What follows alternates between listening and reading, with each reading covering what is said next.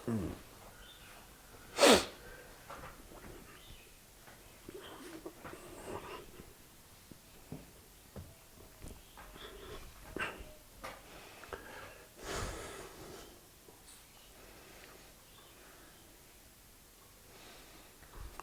मित्रों, आज गुप्त नवरात्रि का पहला दिन है। आप सभी जानते हैं हिंदू धर्म की मान्यताओं के अनुसार प्रायः 2 वर्ष शारदीय और चैत्र नवरात्र के बारे में हम लोग परिचित हैं। एक नवरात्र ये भी होता है जो इस समय पड़ता है, तो पहले तो उसकी बहुत बहुत शुभकामनाएं आपको। पिछले 2 एपिसोड में मैंने आपसे जॉइंट रोटेशन और कुछ बेसिक 5 प्राणायाम के बारे में बात की थी। उनके साथ अगर आप थोड़ा और कुछ करने के इच्छुक हैं तो आज मैं आसन के एक चक्र, एक लय में क्रम से आसन को किस तरह किया जा सकता है सुगमता पूर्वक, उसे करके मैं कोशिश करूंगा अपनी तरफ से कि आपको जितना सरल और सहज शब्दों में बता सकूं। मैं फिर कहूँगा, चूँकि एक बहस छिड़ती है, कहीं न कहीं से हर व्यक्ति सीखता है। मैंने ये जो साधना या ये जो आसन है ये मैंने आर्ट ऑफ लिविंग से सीखे हुए हैं। इसे आर्ट ऑफ लिविंग में पद्म साधना के नाम से भी जाना जाता है। इसके लिए पूज्य गुरुदेव श्री श्री रविशंकर जी का बहुत बहुत हृदय से आभार और उन्हें प्रणाम है। आप अर्ध पद्मासन की मुद्रा में बैठ जाए और सबसे पहले आप पूरे शरीर को, जैसे बचपन में अगर यदि आप गांव देहात से जुड़े हुए हैं तो आप देखे होंगे कि जैसे जांता चलता था, तो ये कमर से ऊपर के भाग को क्लॉकवाइज 3 बार और एंटी क्लॉकवाइज हम इसको रोटेट करेंगे ताकि इस पार्ट की फ्लेक्सिबिलिटी थोड़ी सी शरीर हमारा आसन के लिए तैयार हो सके। इसमें आप ये भी ध्यान रखेंगे कि जैसे शरीर को जब हम नीचे ले जाते हैं, ढीला छोड़ते हैं, तो सांसों को धीरे धीरे बाहर करेंगे और जब शरीर को वहां से ऊपर की ओर उठाएंगे तो सांसों को धीरे धीरे हम भरते जाएंगे। वापस जब शरीर नीचे की तरफ आएगा तो फिर सांसों को हम छोड़ देंगे। यही क्रिया हम क्लॉकवाइज 3 बार करेंगे और फिर 3 बार एंटी क्लॉकवाइज करेंगे। इसमें एक चीज जो लोग पहले से अभ्यास से जुड़े हों जानते होंगे कि अगर इस पूरे आसन के दौरान अगर आप उज्जयी सांस ले सके। उज्जयी सांस ये होती है कि जो ये आपका थायराइड का पोर्शन है, बचपन में जो लोग मेढक की आवाज निकालते होंगे जानते हैं, हल्का से हम खींचते हैं तो सांस को हल्का सा यहां से जोर देके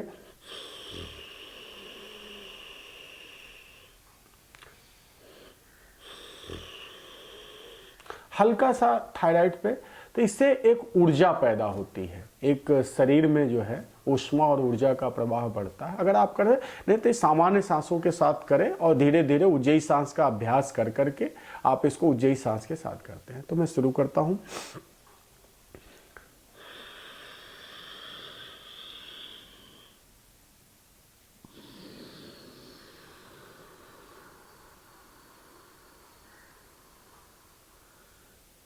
अब यहां से सांस को छोड़ते हुए नीचे ले जाएंगे।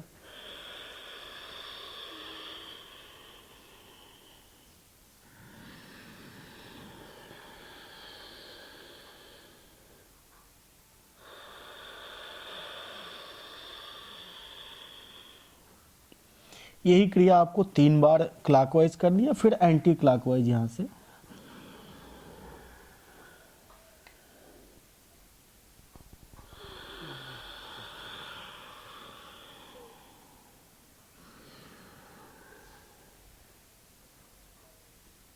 इस रोटेशन के बाद आप पेट के बल जो है लेट जाएंगे, पूरा ध्यान से रखेंगे। पूरे दोनों पैर, ये हाथ दोनों आपके शरीर के पास होंगे, हथेलियां आसमान की तरफ होंगी। और अब यहाँ से जो हम आसन की शुरुआत करेंगे, पहले अर्धशलभ आसन दाहिने पैर से बाएं पैर से, और हर आसन के साथ जो हमारी बीच में अवधि होगी वो वही है कि 3 से 5 सांसों तक हमको उस अवस्था में बने रहना है। जैसे अर्धशलभ आसन के साथ जो है हमारी ठुड्डी, पूरा शरीर जमीन पे होगा और थाई से जो जहां से जुड़ती है जंघाएं आपकी, वहां से ऊपर का पार्ट 1 से 1.5 फीट तक हम यहाँ उठाएंगे सांस भरते हुए, और यहीं पे रुक करके 3 से 4 सांसें हम लेंगे, फिर सांस छोड़ते हुए इसको वापस लाएंगे। फिर इसी तरह बाएं पैर को जो है यहाँ ठुड्डी आपकी जमीन पे रहनी चाहिए, और 3 इसको सांस भरते हुए ऊपर ले जाएंगे, यहाँ रुक करके 3 से 5 सांसें लेंगे और फिर धीरे धीरे छोड़ते हुए वापस आ जाएंगे। ये अर्ध शलभ आसन है। पूर्ण शलभ आसन के लिए आप अंगूठे को अंदर लेकर के अपनी मुट्ठी को ऐसे करेंगे, और ये जहाँ पे ज्वाइंट्स होते हैं, थाई से शरीर जुड़ता है ऊपर का, इसके नीचे आप लाएंगे, और फिर दोनों पैरों को आप एक साथ उठाएंगे, और यहाँ पे रुक करके 3 से 5 सांसें ले करके धीरे धीरे ऐसे करते हुए फिर धीरे धीरे शरीर छोड़ते हुए। तो अर्ध शलभ आसन, फिर पूर्ण शलभ आसन हो गया आपका। फिर आप यहाँ से दोनों पंजे अपने कंधों के नीचे, और यहाँ से आप आगे भुजंग आसन के लिए नाभि से ऊपर का हिस्सा सर को ऊपर उठाते हुए आप ऐसे ले जाएंगे, और फिर यहाँ रुक करके आप 3 से 5 सांसें लेंगे। फिर धीरे धीरे आप वापस इस मुद्रा में सांस छोड़ते हुए आ जाएंगे। फिर सुपरमैन पोज के लिए आप दोनों हाथों को सामने की ओर फैलाएंगे पैर, और एक साथ कोशिश ये करेंगे कि नाभि का क्षेत्र आपका जो है जमीन पे या आसन पे हो, और आगे का भी हिस्सा और पीछे का भी हिस्सा आपका जो है पूरा ऐसे आपको उठाना, और यहाँ रुक करके आपको 3 से 5 सांसें लेनी, और फिर धीरे धीरे सांस छोड़ते हुए आप वापस। इसके बाद आप धनुरासन के लिए अपने दोनों हाथों से अपने पैर के जो कलाई इनको पकड़ लेंगे आप, और यहाँ से फिर वही नाभि को जमीन पे रखते हुए आगे का भी हिस्सा उठाएंगे और पीछे का।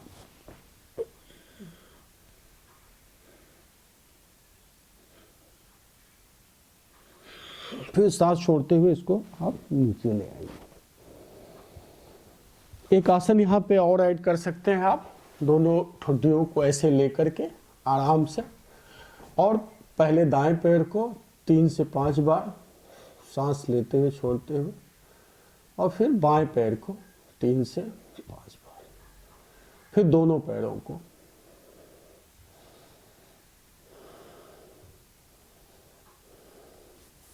थोड़ी देर आप चाहें तो दाहिने हाथ को अपने कान के नीचे ऐसे सर के आगे करके, और ये समानांतर 90 डिग्री पे रख करके आप थोड़ी देर आप ऐसे विश्राम कर सकते हैं। इसके बाद आप पीठ की बगल पूरी तरह लेट जाए। पीठ की बगल लेटने के बाद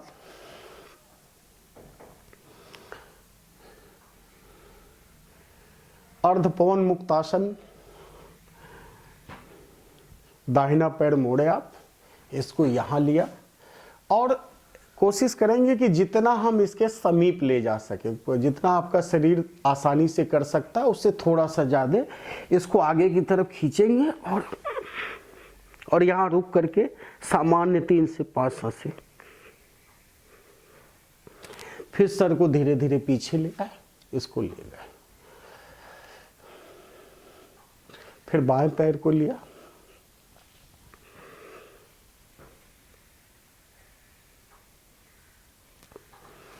फिर धीरे धीरे जितना भी आप कर सकते हैं उसे थोड़ा सा ज़्यादा करने की कोशिश करिए। नौकासन के लिए दोनों हाथों को पीछे ले जाए, और इसको आगे लाते हुए दोनों पैरों को इस कदर उठाएंगे कि आगे और पीछे का हिस्सा जो है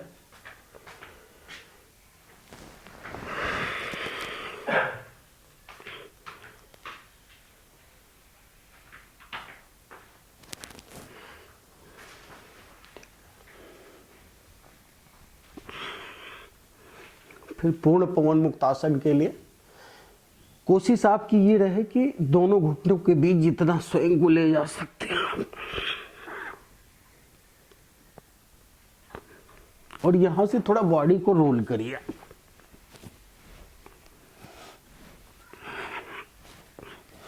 दाईं तरफ भी,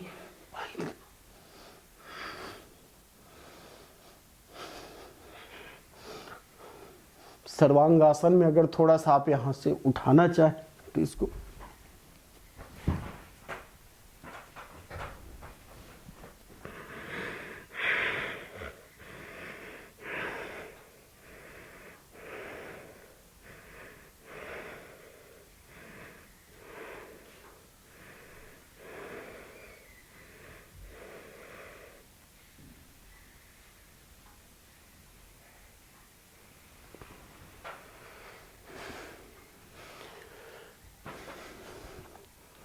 इसके बाद अपने दाहिने पैर को बाएं पैर के इस पार रखते हुए बाएं हाथ से दाएं पैर के घुटने को पकड़ें, दाहिना हाथ अपना समानांतर इधर रखें और बाएं हाथ से दाहिने घुटने को इधर जमीन की तरफ ले जाइए और गर्दन को इधर की तरफ।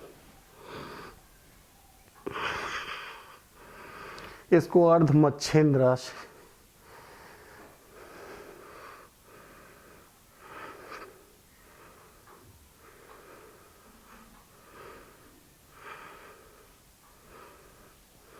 क्षमा करिएगा, ये नटराज आसन था, मुझे इसके बाद अर्ध मच्छेंद्रासन है।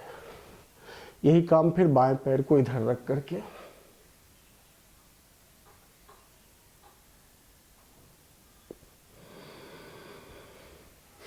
यहां से फिर अपनी दाहिनी करवट बैठ जाए।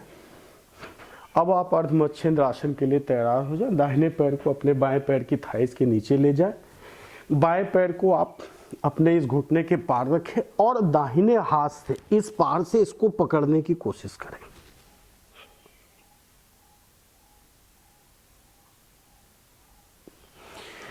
यही काम फिर दूसरे पैर से, बाएं पैर को दाहिने पैर के नीचे रखें, दाहिने पैर के घुटने के इस पार पंजे को रखें और फिर बाएं पैर से इसको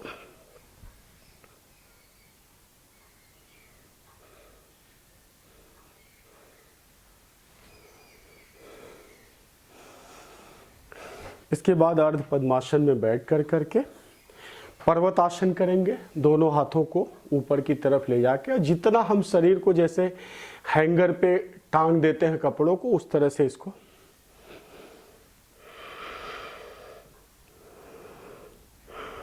जितना भी आप सांस खींचते हो छोड़ते हो खींच सकते हैं शरीर को।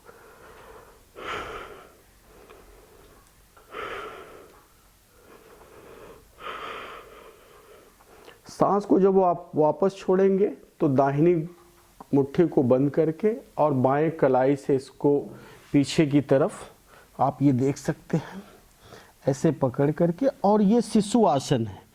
माँ के गर्भ में हमारी जो स्थिति होती है हम इसी तरह विश्राम करते हैं। इसको पूरी सांसें छोड़ करके और मस्तक को ला करके जमीन पे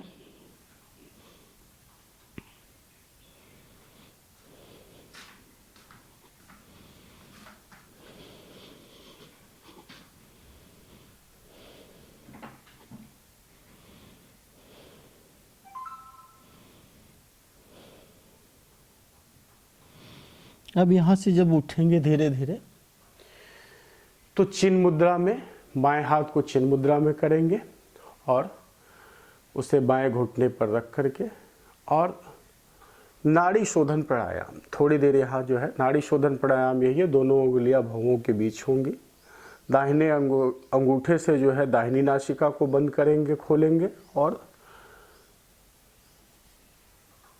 अनामिका से जो है बाएं नासिका छिद्र को, पहले दाईं नासिका से सांस को पूरी खाली करके दाईं से भरेंगे, बाईं से छोड़ेंगे, फिर बाईं से भरेंगे और बाईं को बंद करके दाहिनी से छोड़ देंगे। फिर इसी तरह दाहिनी से भर करके दाहिनी को बंद करके बाईं से छोड़ेंगे।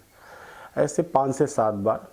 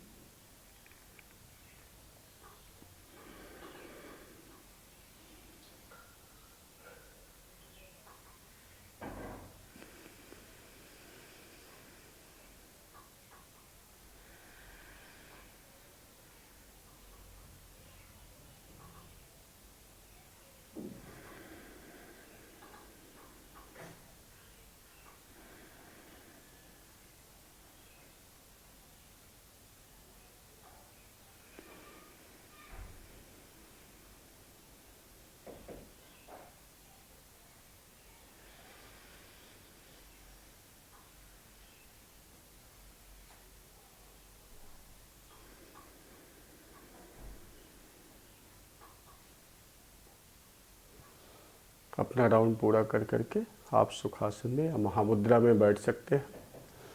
और इसके बाद अगर आपकी इच्छा, चूँकि भाव दशा ऐसी हो जाती है इस साधना के बाद कि आप ध्यान में बैठना चाहें तो कुछ देर आराम से अपना समय लेते हुए आप बैठ सकते हैं। कोशिश रहे कि सारे प्राणायाम को आंखें बंद करके करें। सांसों की लय के साथ, जिस तरह से यदि आप अर्धशलभ आसन में पैर को उठाते हैं तो सांस भरते हुए उठाइए, फिर सांसों को वहाँ पे 2-3 बार आप लें और छोड़ें, फिर सांस छोड़ते हुए आप पैरों को नीचे ले आइए। भुजंगासन में है, शरीर के आगे के हिस्से को जब आप उठाते हैं तो सांस भरते हुए उठाइए, वहाँ रुक करके 3 से 5 सांसें लीजिए, छोड़िए। तात्पर्य यह है कि जो आपके आसन में अंगों का जो मूवमेंट है वो सांसों की लय के साथ होना चाहिए। जितना अच्छा सांसों की लय से के साथ आप उसे करेंगे उतना बेहतर आप उसे कर पाएंगे और उतना ही कम आपको पीड़ा या दर्द कहीं भी महसूस होगा। ये पद्म साधना एक ऐसी आसन का पूरा एक चक्र है कि इसे आप खाने के 1 घंटे आगे पीछे दिन में, अगर आप थोड़ा जल्दी अपने को फिट करना चाहते हैं और चाहते हैं कि और बेहतर हो, तो आप इसे 2 से 3 बार भी कर सकते हैं। बस ध्यान ये रहे खाली पेट हो, आप खाने से 1 घंटे आगे या पीछे का जो भी समय, मतलब समय होना चाहिए, गैप इतना इसके बीच होना चाहिए। कपड़े ढीले हो, आप पैजामा, कुर्ता, लोअर, टी शर्ट जो भी हो, तात्पर्य है कि आसन को करने के लिए वस्त्र आपके ढीले हों ताकि मूवमेंट करने में किसी प्रकार की दिक्कत न हो। मेरी एक छोटी सी कोशिश है, अगर आप कुछ और सवाल रखेंगे मैं भी इसे और बेहतर तरीके से आपको और कोशिश करूंगा कि जितने सरल शब्दों में बता सकूं, और इससे अगर आपको कुछ लाभ मिलता है तो ये मेरी सबसे बड़ी सार्थकता होगी। धन्यवाद।